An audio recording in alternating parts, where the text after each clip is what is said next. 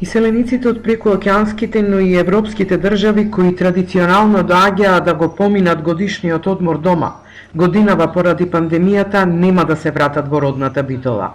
Градот во лето во последните децении наликува на туристичко место, со зголемена раздвиженост и зголемен промет во трговијата и угостителството. Сега кревката локална економија дополнително ќе биде погодена без доаѓањето на печалбарите.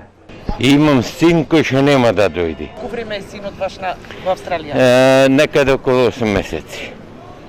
8 месеци си е таму, си работи, си тако е ваму, да се поврати сега не може. Се јавија ради ова вирусо не идат ова година.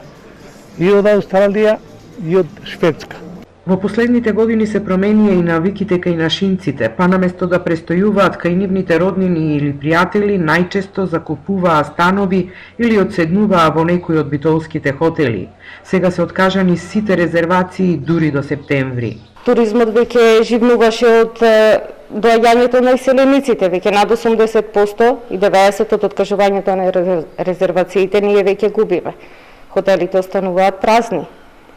Тоа за нас е голема загуба. При доаѓањето дома, печалбарите ги полнеа и стоматолошките ординации, чии услуги се со неколкукратно пониски цени отколку во државите каде живеат. Стоматолозите велат, сега се заканува затворање на голем број амбуланти.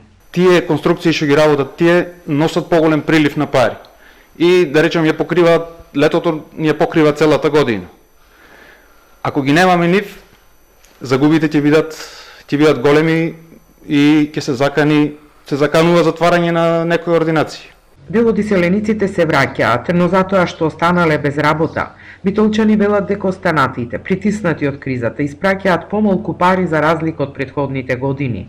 Ова го потврдува и извештајот на Светска банка, каде се наведува дека дознаките лани во земјите од Западен Балкан изнесувале 2 до 10% од БДП, но поради пандемијата и загубените работни места низ европските земји, приливот на парични пратки во семејствата ќе се намали.